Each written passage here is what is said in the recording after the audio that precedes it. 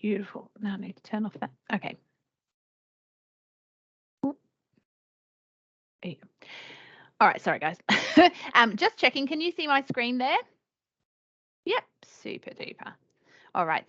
There's not a huge number of us, so feel free to jump in with questions if you have them as we go. Like honestly, I'm pretty chill that way. And yeah, I mean, I'm sure some of the questions will be answered along the way, but yeah, feel free to chime in.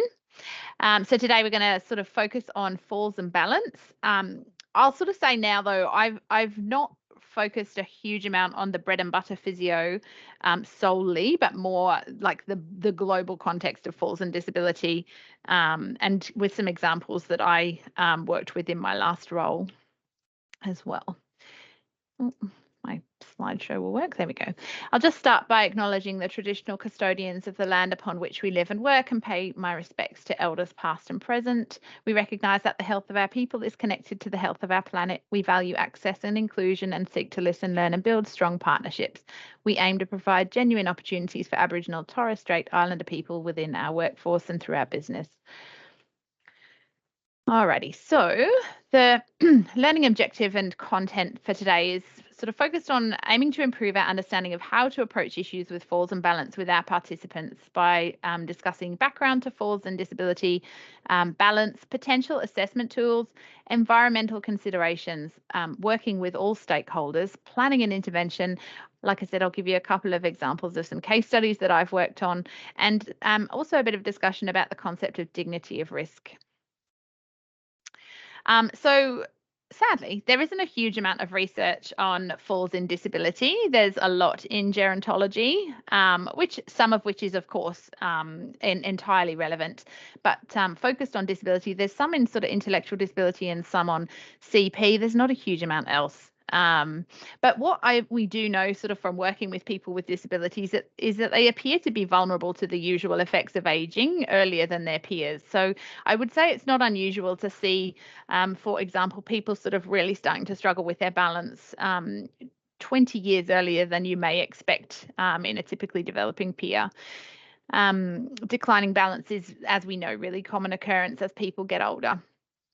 There's evidence to suggest that people with intellectual disability are significantly more likely to fall and be injured, and particularly injuring their heads, than their peers. And they're more likely to fall during a vital activity such as attending to personal hygiene. That's example one of why falls are a multidisciplinary concern. People with CP are more likely to fall than their peers. There's a fair bit of research being done on that. And interestingly, and this is definitely something I've seen in my practice as well, that on the BEST test, which is a tool that I really love using, I don't know whether you guys are particularly familiar with it. If you're not, I'll share it after. It covers lots of different areas of balance, and anticipatory and reactive postural responses score the lowest in a group of adults with spastic diplegic CP. I absolutely saw that in a client that I was working with, super high level, really well functioning, had a job, walked miles and miles, had the occasional fall, and absolutely the areas on her BEST test that were affected were the anticipatory and reactive postural responses. I do love when an assessment tool kind of guides you in the direction of the types of intervention that you might want to try. This is just, again, to highlight the fact that there are so many components to balance and I guess things to consider when planning assessment and intervention. So, of course, you've got your individual factors like motor, sensory and cognitive function, but then there's also obviously the environmental concerns and your the tasks that are being asked of your body as well. And I think it's always useful, I do say this a fair bit, it's always useful to consider when you are writing a problem list about a participant to consider the factors that are modifiable. So for your planning of intervention and you know, yeah, just in terms of report writing and that sort of thing, thinking about working on things that are modifiable, because we often have clients with a huge problem list and not all of it is things that we can change. But even despite the fact that, you know, a person might have anatomical changes from having lived with a certain disability for a very long time, often there's still a whole bunch of other stuff that we can do. So we'll talk about that more in a bit. Oh, I don't know what's happened here. It's changed colour. My Teams is being funny. Again, just to highlight that there's a huge amount going on here in terms of the factors at play in managing your postural systems. And, you can see just from looking at that if you've got a client in front of you who has potentially got an intellectual disability, there's a whole bunch of the stuff that they might be relying on, or that you and I might rely on, that they may not have access to in terms of maintaining their posture and their balance. And therefore predisposing them to the risk of falls. And again, sort of thinking about the mechanisms by which we save ourselves when we're potentially going to fall, looking at those pictures and thinking about the fact that a lot of the people that we work with may have had changes to their body that mean that they can't actually access those strategies in the same way that you or I might. And that might be due to spasticity or contractures. They may have a significant lack of strength in certain parts of their body. And so again, sort of thinking about the things that you might want to incorporate into your intervention. The best test, for example, does look at this kind of thing about how somebody tries to save themselves when you push them. It is a slightly confronting test to do on someone, but yeah, it'll give you an idea of the types of strategies they're trying to access and or whether they can access them. So I think obviously assessment is key. But when we're thinking about what we might assess, a recent systematic review suggested that because falls are so multifactorial, there is no one ideal tool, which makes perfect sense when you're thinking about the range of participants that you might have on your caseload and people that might be falling. There may be a very big number of different things that you could look at. And I think observation is a really key thing to start with. So looking at the environment, observing a person's gait, their footwear, have a look at the assistive technology they might be using. And if they are using assistive technology, is it being used appropriately? We've all had those clients who walk with their walker miles away from their body or with a stick that's far too high for them. So, even those simple things like that, making sure that assistive technology is being used appropriately. And also, if they don't have it, is that something that we could think about incorporating? And looking at the task that they're trying to achieve and how they're going with that. So a bit of task analysis. Obviously, there are many formal tests, and I think it would very much depend on your participant as to which one you picked. The best test is fairly long. It does require a couple of pieces of equipment, and certainly does require good cognitive engagement from your participant. I do like the activity-specific balance confidence scale because I think it's one of those where if you've got a participant who's actually really high functioning, but they're still very nervous about falling, it will help you to unpack why they're nervous and where they're nervous. So the specific sort of activities that might make them feel really uncomfortable. I had a participant not too long ago who scored reasonably well on formal testing, but when you unpack what she's nervous about, it was very much focused around being in crowds. And that sort of guides you then to thinking about, well, what might your intervention look like? And if your participant is primarily worried about falling in certain settings, perhaps your treatment might need to incorporate those settings to be successful. The Berg balance scale, I think, has quite a low ceiling. So I think it's a good one with those sort of less well-functioning participants. The community mobility and balance scale is a really good one. Again, for slightly higher functioning participants. The tug is a really quick and easy one to do just to get a baseline measure of how they're moving. And the Tenetti is a nice observational tool. I don't know if you guys have used that before, but it's a nice one if it is hard to cognitively engage a client well. I think the Tenetti is quite useful because often you can tick some of those things off without having to ask them to do too much. So obviously falls history, really important to get an idea of what is occurring. When are they falling? The time of day, what are they doing when they fall? Where are they? Who was there? Why do they think they're falling? How often is it happening? Is there a pattern? Is it happening in the same place, same time, same task? And how do they feel about that? Like, how confident are they in themselves, and what are they nervous about? Because all of those things often guide you. On the activity specific balance confidence scale, a score of less than 67% does indicate increased risk of falling. So what that's saying is if someone's nervous about falling, they probably are at higher risk of falling. It's for a reason. When you're thinking about how to pick an intervention, um, again, I do think that it's really cool to use the assessment tools to kind of guide you in the direction of what you might want to look at. Evidence does show that for ambulant people with CP, faster gait speed and longer stride is associated with better performance on tests of anticipatory and postural response components of the best test. So as we said before, that's often a thing that is lacking. But when people have intervention that's aimed at increasing gait speed and improving stride length, that can have a positive effect on those areas of the best test. Do consider, of course, that a lot of those participants may have anatomical changes that mean that it's not possible for them to necessarily achieve those things. So thinking back to what's modifiable. Yes, in an ideal world, we might want to work on this, that, and the other, but is it modifiable in their body? And I mean, I know that you guys probably don't have access to it, but thinking, maybe in your future careers and things like that, body weight support is a really useful tool with balance retraining, just in terms of safety. Like, I often feel like there's so much we could do with balance training if we had another pair of hands. So I think when you're planning your interventions, thinking about whether there's a support person that you can incorporate into that session so that you can challenge someone a little bit more. Because if you're worried about trying to keep the session super safe, often we're not challenging somebody quite enough to improve their balance. So the setup of the environment, making sure that we've got enough hands on deck if it's possible. So timing your intervention with when a support worker's there, or those kinds of things. It's just those little things that can make a big difference.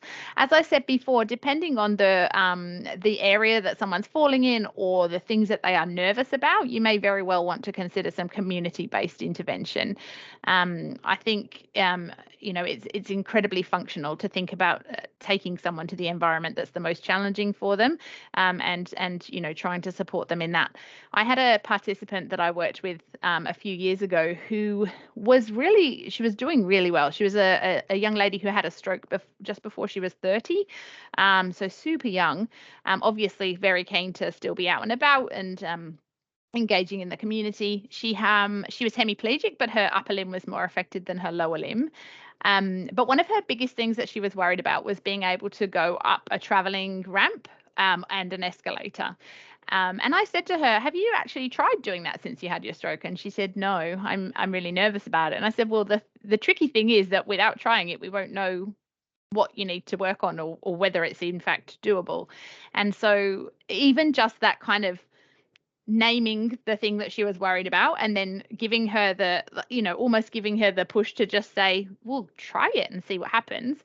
But do it in a way where that the environment is as quiet as it possibly can be. So go to Westfield when there's hardly anybody there, and have somebody with you, just to see, and start with the ramp, not the escalator, because I feel like that's less dangerous. So she just tried those things and she absolutely nailed them. I think some of it is about just that exposure to the task and then practice of the task.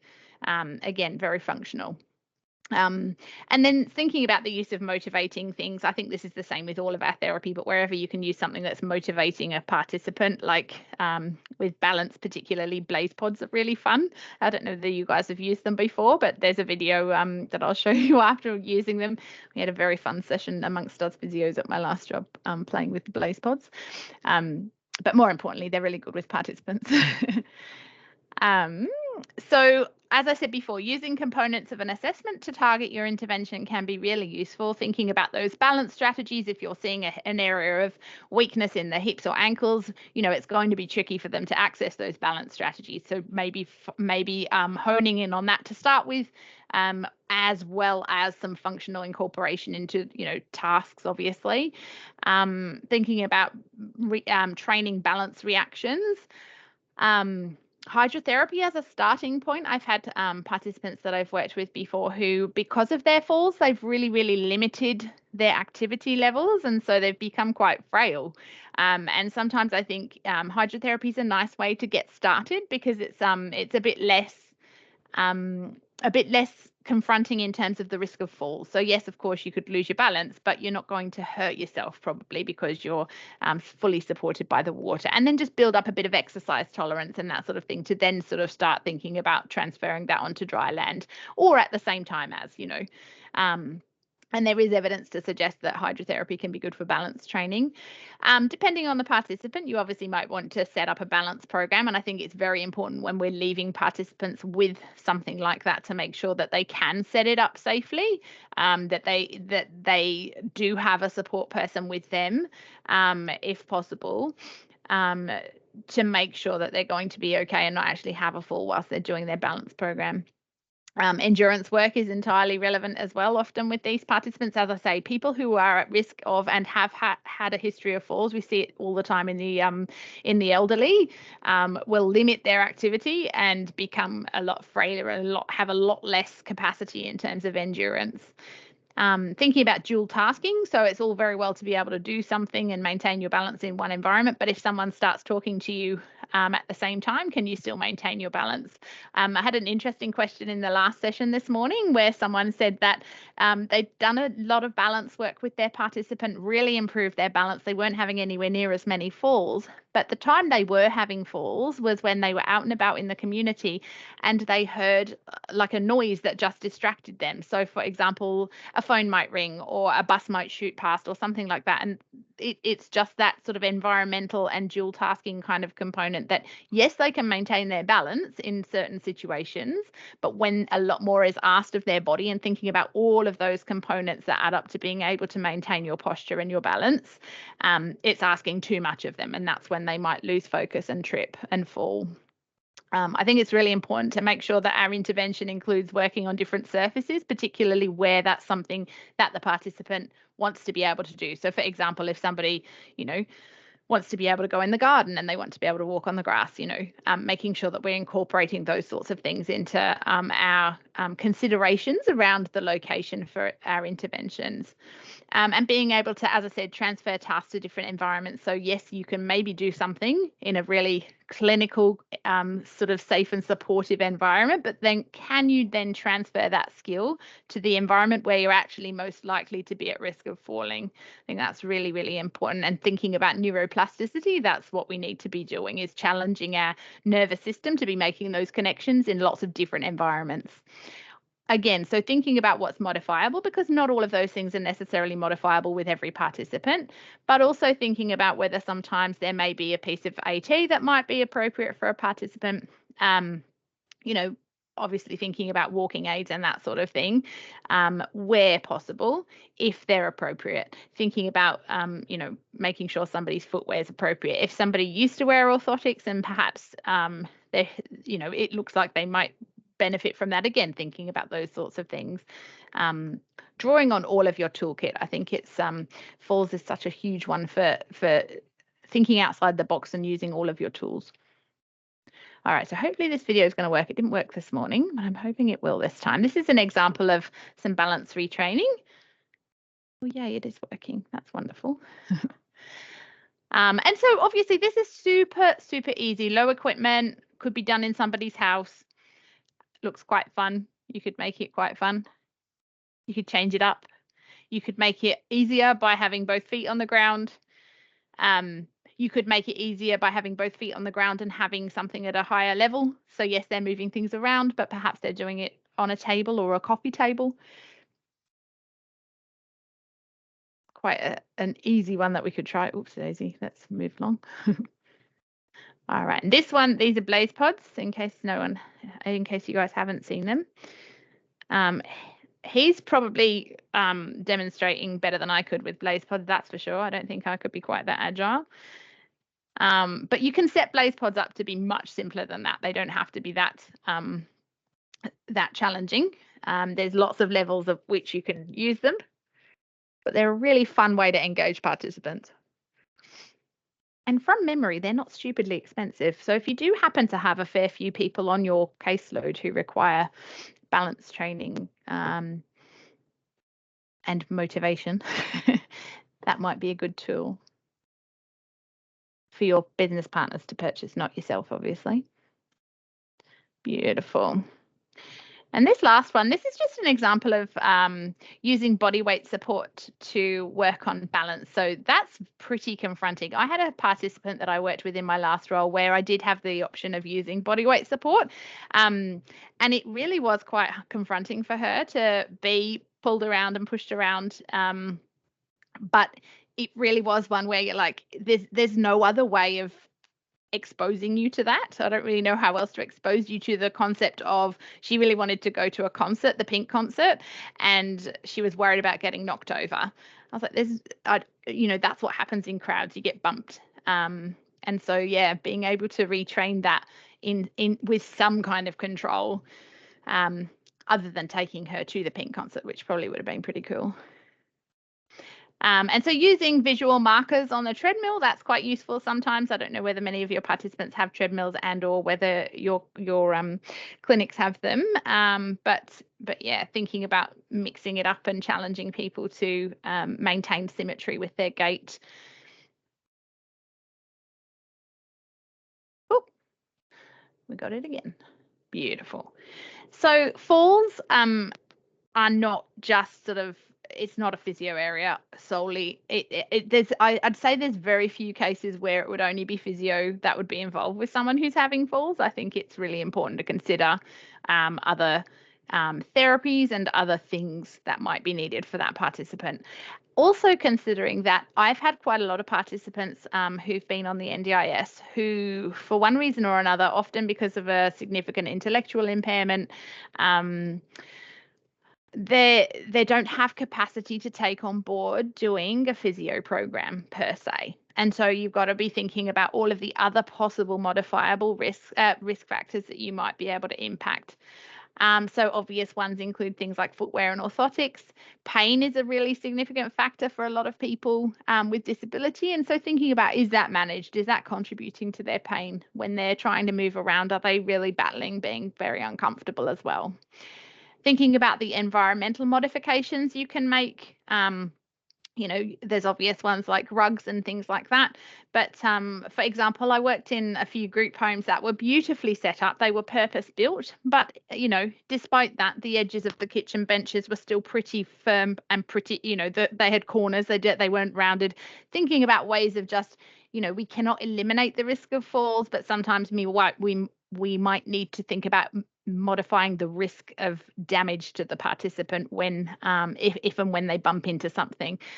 So splitting a pool noodle and putting it around the edges of the benches, things like that. Often visual markers too, about like where those things are. If someone's visually impaired, trying to use bright tape and things like that to highlight things that you might want them to avoid, or and then educating them around that. I worked in a group home where they had this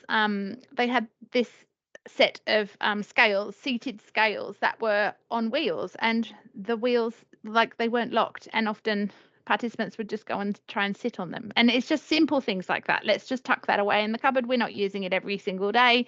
Let's tuck it away in the cupboard where it can't cause any damage. Things like thresholds. There's excellent rubber matting that can be used that's got slight gradients to just make it easier for people to transition from one area of a home to another without tripping over things. I'm probably stepping on Tanya's toes talking about those things, but I think there's some really simple little things that can be done to make the environment a lot safer. I think the use of alarms is incredibly useful. I had a few participants in my last job where, and alarms, by the way, only cost a couple of $100s. They're not that expensive, so often can come out of consumables and things like that. But having an alarm just to flag that somebody is changing their location, or they've gotten out of bed, or they've gotten out of their chair, as opposed to thinking about using a restrictive practice of some sort where, sometimes you might see that people have tilted a wheelchair so that it's actually really hard for someone to get out, or doing up a pelvic belt so that they can't get out.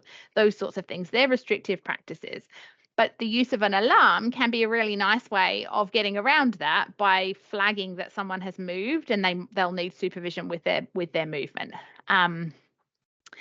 Carer education. So whether it's a group home situation or an out in the community situation, making sure that the people who are working with that participant are educated around how to support them. Certainly manual handling is a really strong component in the people that I've worked with a lot with falls and balance issues in certainly in group homes.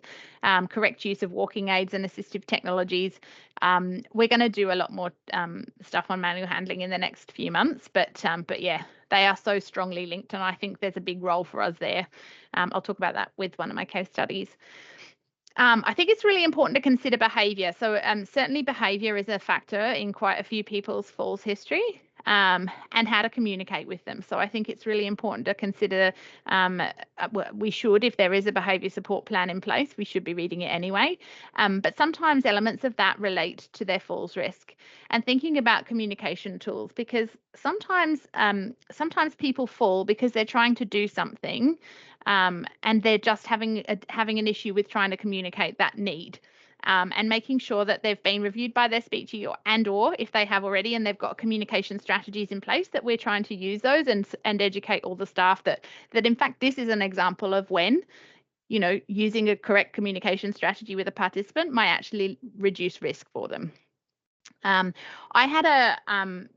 have an example of that, because in my last role, I worked with a participant who he was one of those people who liked to walk around with his things. So he would walk. He lived in a group home. He would get up off the bed himself, walk to the door, and then stop at his shelves and pick up some things to take with him when he went walking around the house. And he had a fall a few months ago, and what had happened was that he had done that in the nighttime. So he hadn't fallen out of bed. He had fallen in the doorway when he was bending down to try and get the things that he wanted to take with him.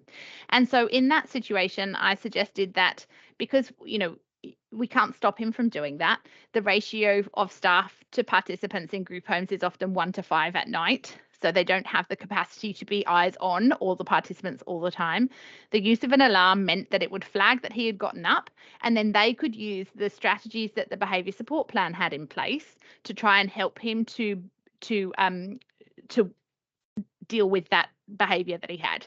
And so, just that's not sort of your traditional physio, but it's certainly thinking about all of the things that are impacting that person and why they might be falling. He didn't fall very often at all, and often it was those sort of circumstantial, he's trying to do something that's associated with a behavior, and that's, I'd say, fairly common with a lot of our participants. And I think too, like, often it's really important for us to advocate for the participant, because, sometimes they may have been forgotten about in terms of a specialist review or something like that. For example, one of the people that I worked with, his epilepsy had become pretty unmanageable, but he hadn't had a neuro review for a really long time. And it's just those things, like suggesting that perhaps it might be time for them to go back and see the neurologist and see if they need an adjustment in their medication, because, seizures are a significant factor in falls, and as are many other medical things. Same as vision, making sure that people are having regular vision checks, that sort of thing. And I'd say particularly, I've worked with a lot of people who don't have family involved, and really the people that advocate for them are the people that are working with them in their home, and the therapists coming in to see them. So yeah, they need a voice often. So again, thinking about that sort of multidisciplinary piece, I think liaison with other stakeholders is really important. Physio is just one element of falls management. I think it's really important to make sure that you liaise with other agencies and providers. For example, there's a couple of participants, I've gone to see them in their community day program, because that's been an area where it's been flagged that staff are really worried that they're going to fall. And you look at the environment of some community day programs, they are quite busy places often, some trip hazard, just some environmental modifications that can be made to try and make that person a bit safer. So just thinking about the location that you're assessing people, making sure it's super relevant to the reason why they're falling, and trying to improve their falls risk. Liaising with coordinator of supports, and I would say all of the all of the other stakeholders. I think I've said this a few times now, but I really love to start a group email when I start seeing a new participant, just to make sure everyone's on the same page. This is what I've done. This is what I'm planning on doing. And certainly if there's a role for some joint sessions, quite often I've done joint sessions with OTs, particularly making sure that you've gotten those people involved if possible. I'm also checking they're happy with that, obviously. Ongoing exercise intervention and capacity building, certainly if endurance training and that sort of thing is a much more of a focus of their falls risk than sort of, very specific movement things, then I think liaison with an EP and getting an EP on board is a really valuable thing to do. Again, as I said, thinking about their behaviour support plan, if they have one, if they don't have one, but behaviours of concern are a factor in their falls, then suggesting that engaging a positive behaviour support practitioner might be a good idea.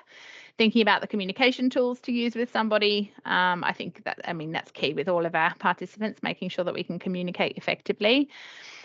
And involving all of the staff that are involved with someone. I think certainly when you're working with somebody in their environment, it's important to ask questions of the people that support them on a daily basis as much as you can and get lots of information, because I think, we don't generally know them that well compared with how well their support workers know them, or family, obviously. So making sure that you're really involving them in the process. So thinking about the case studies, this is the first one. So this is a gentleman, he's in his early 50s. I worked with him for about 3 years in my last job. And when I met him, he had a very big seizure and had a fall and fractured his tib and fib at the ankle and his fib at the knee. So he was in a long leg cast. He was non-weight bearing. He was in a comfort chair with his legs elevated. And the prospect was that he was going to be in that situation for several months because they had decided not to operate. What eventuated was he didn't have surgery. We did advocate that potentially surgery might be a good consideration, but sadly, one of the things I think that happens often when someone has behaviours, intellectual disability, they go into the health system and it's a bit too much. And I think it often conservative management feels for the hospital system like the best option. We argued that getting him fixed up and weight bearing sooner would probably be a good option, but it didn't eventuate. What ended up happening was he was in a long leg cast for 3 months, non-weight bearing. He had really slow healing, not unexpectedly, and really bad union. So he had a 50% overlap of his tib. So it wasn't aligned very well at all. This guy had the most incredible pain threshold, though, thank God, because he did get back on his feet and moving fairly quickly. But from a physio perspective, when I first got the go ahead for him to be weight bearing, I was thinking, okay, my usual go-to if I was working in a hospital environment would be forearm support frame, handling belt. I'm going to get this guy moving with as much physical support as possible, and 2 members of staff. This gentleman would not accept the use of a walking aid. He pushed it away. He wasn't interested. And so in the very short term, our options were quite limited to just walking a couple of steps to be able to move from one chair to another to be transported safely that way. And once he gained a bit more strength, walking between 2 people. So as you can imagine, my intervention had to be fairly frequent because his manual handling plan had to be updated really often. Because he was changing quite quickly.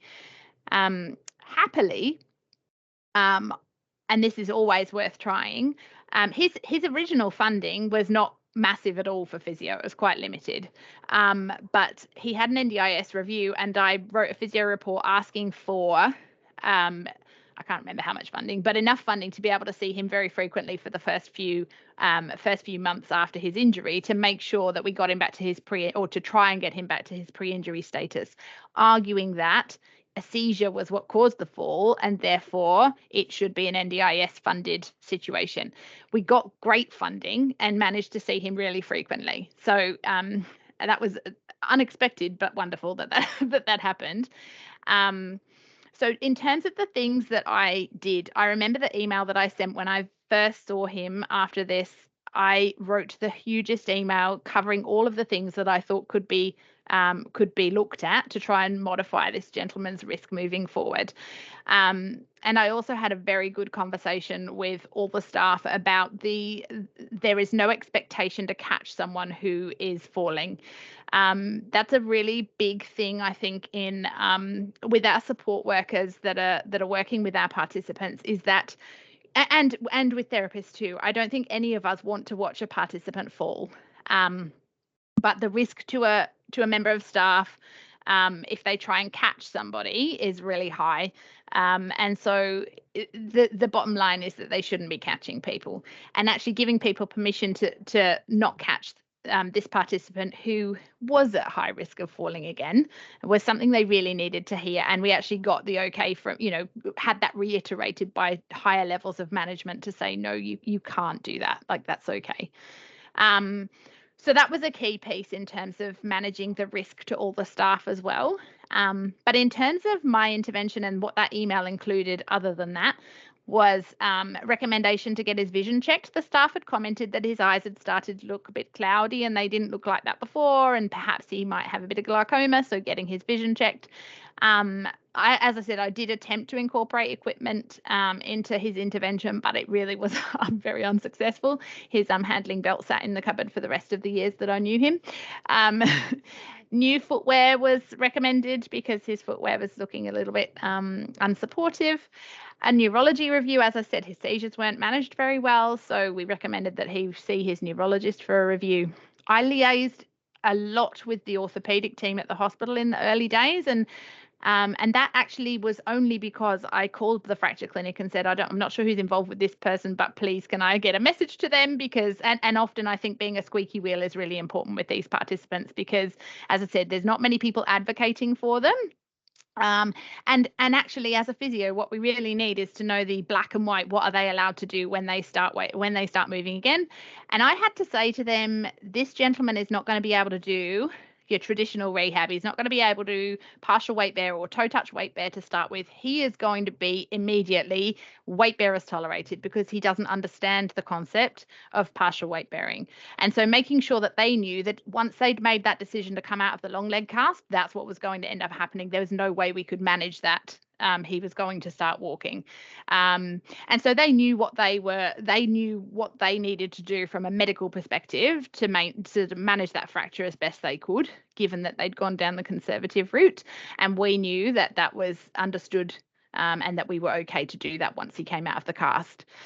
As I said, we got the speechy to review him again, because some of his falls risk was certainly around behaviours and sort of what he wanted and needed in that moment. And so sort of he actually ended up getting a tablet that he was using to communicate a little bit with his staff, and had a behavior support review in terms of all of the manual handling things that were going on as well, and the fact that this participant doesn't feel able to accept physical support, and so what is the best approach with him and that sort of stuff. So that was really important as well.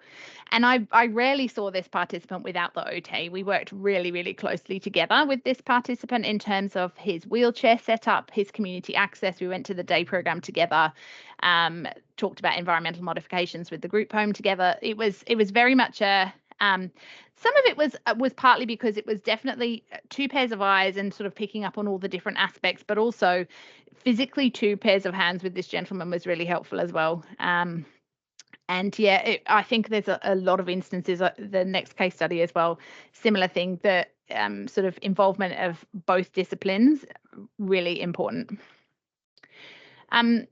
This actually, before I go any further, does anyone want to ask any questions? Sorry, I've been talking a lot. I just realized. My dog is still going bananas as well. Poor thing. I wish it would just storm and stop. Okay, I'll keep going. So the second case study is another gentleman that was living in a group home. He had a condition called Pitt-Rogers-Dank syndrome, which is incredibly rare. There's only, I think, 13 people with it in Australia. He and his brother both had it and lived in the same group home. Features of Pete Rogers-Danks include severe intellectual impairment, but also very short stature.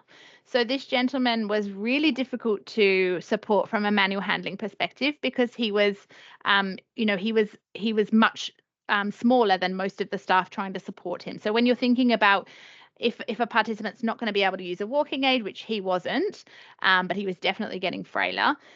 It's not practical for a member of staff to be supporting him with their hands and their bodies.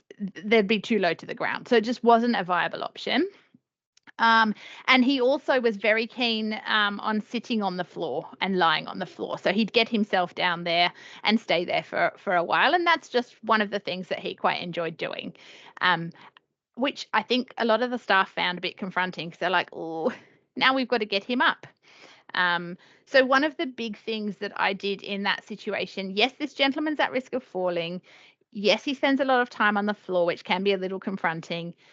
Yes, he doesn't always move when you ask him to because he doesn't necessarily understand what you want him to do.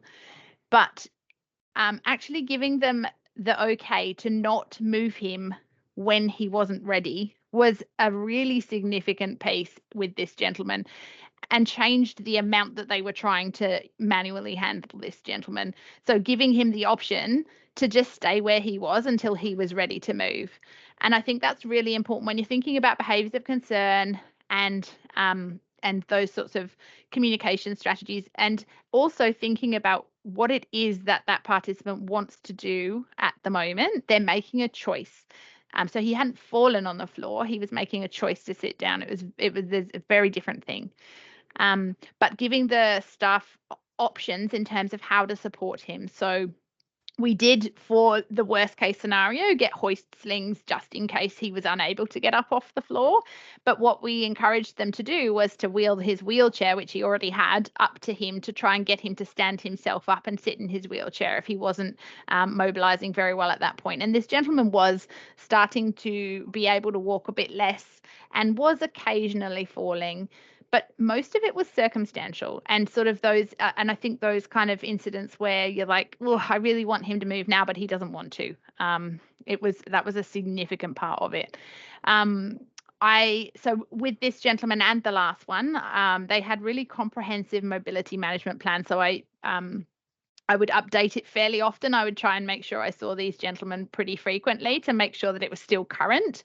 And it covered all the different transfers that they were doing, how to best support them, and also to flag what to do if that didn't seem to be working anymore, and who to contact. And so that was really useful in terms of just, again, making sure that staff were aware of the appropriate manual handling, what is a time for us to intervene again, and who to talk to about that. Another aside is that on another multidisciplinary note, I also spoke to a speechy a lot about positioning for meal times and the use of the wheelchair, because one of the things they were trying to do, and was definitely a risk for falls and manual handling, was trying to support him to sit in a regular dining chair. But the process of doing that was quite awkward, and then they had to push the chair under because he couldn't move it himself. And so, getting the okay and making the suggestion that he used his wheelchair for meal times. He was actually much better supported in his wheelchair because of his stature. It was designed for him, whereas a regular dining chair wasn't anyway. And so, thinking of implementing different AT depending on the presentation. There's lots of circumstances where we might need to be implementing some assistive technology, and that can make make a significant difference. And that, giving a participant time to achieve a task themselves, timing personal care and that sort of thing with when they're ready, wherever possible, because it does eliminate some manual handling, eliminates the risk of falls because someone's not complying with what you want them to do. So a lot of conversation was had with both of these gentlemen, and actually with quite a few of the participants I supported in my last job, about dignity of risk and restrictive practice, because it is very easy sometimes to think, oh, they're at risk of falls, we need to do something, we need to stop them from being at risk of falls, and we need to secure them. And that very, very easily and very quickly can become a restrictive practice concern. So very, very significant thing to be thinking of at all times is is your intervention, is what you're suggesting in any way, shape or form restricting their choice? Even the use of, for example, a pelvic belt.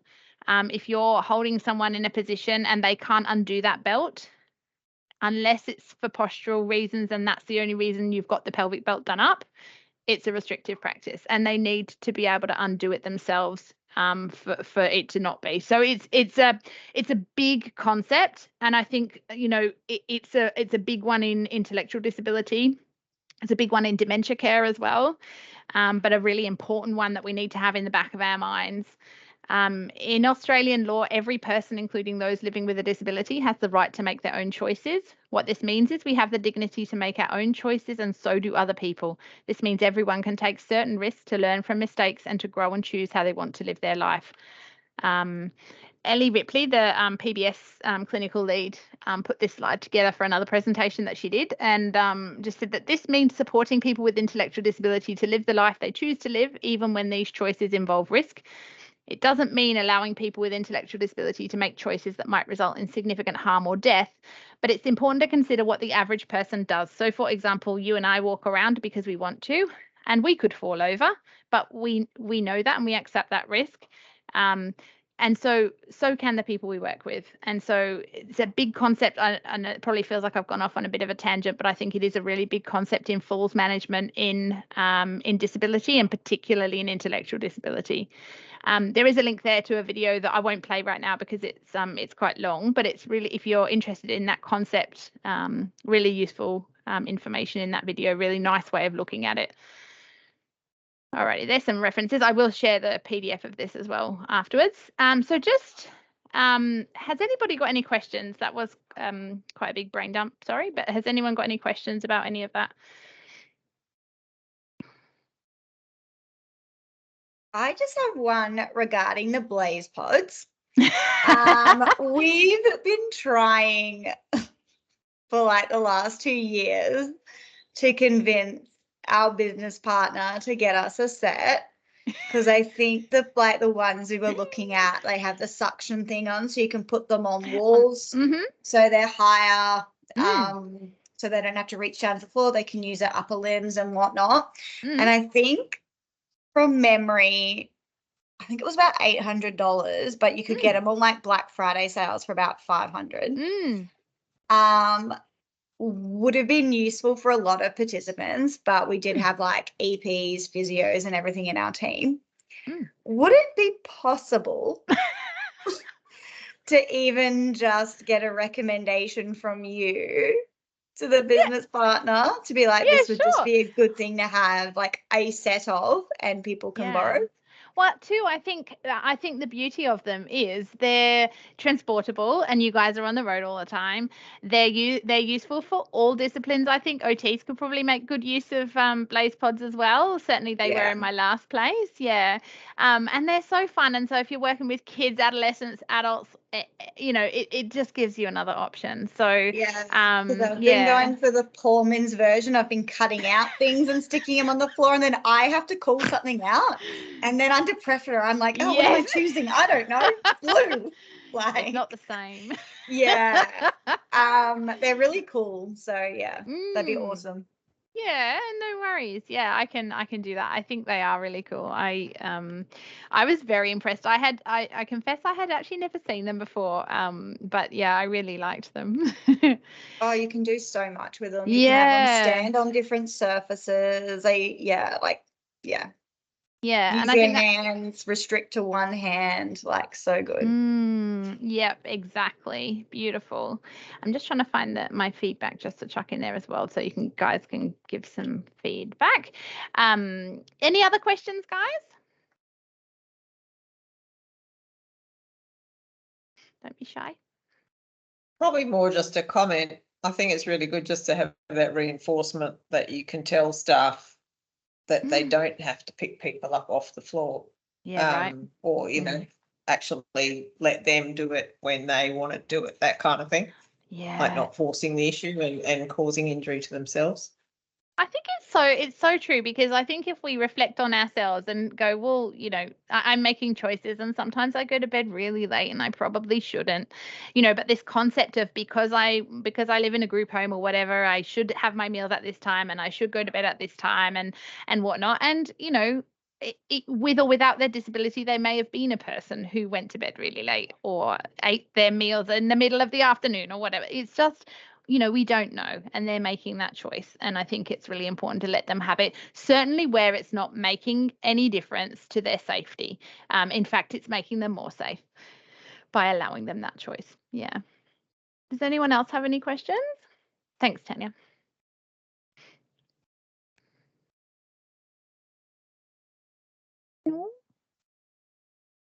Beautiful. I think I didn't sort of want to harp on too much about your bread and butter physio, because I know you guys already know how to work with a person who's got dodgy balance, and you've probably got lots of tools about how to support somebody with dodgy balance. But that whole bigger picture with, I think, disability is, it's a minefield, actually. It ties in nicely with the stuff that we're going to be doing over the next few months. That we're working on a manual handling project to try and tighten up a lot of that stuff that we're doing with participants, and giving you guys the tools to be able to support workers and participants as best you can. So yeah, really, really key piece, I think. No questions? Beautiful. If you guys could chuck some feedback in just the emoji feedback, that would be amazing. I'd really appreciate that. Thank you. It means that we know how to tailor our sessions. And yeah, thank you so much for joining. I'll make the recording available for anyone who didn't see it. And I'll send the PDF as well, so that you can scribble some bits on there if you need to. Beautiful. Thanks, everyone. Thank you. Have a great rest of the day and week. Thanks. Bye. Yeah. Bye.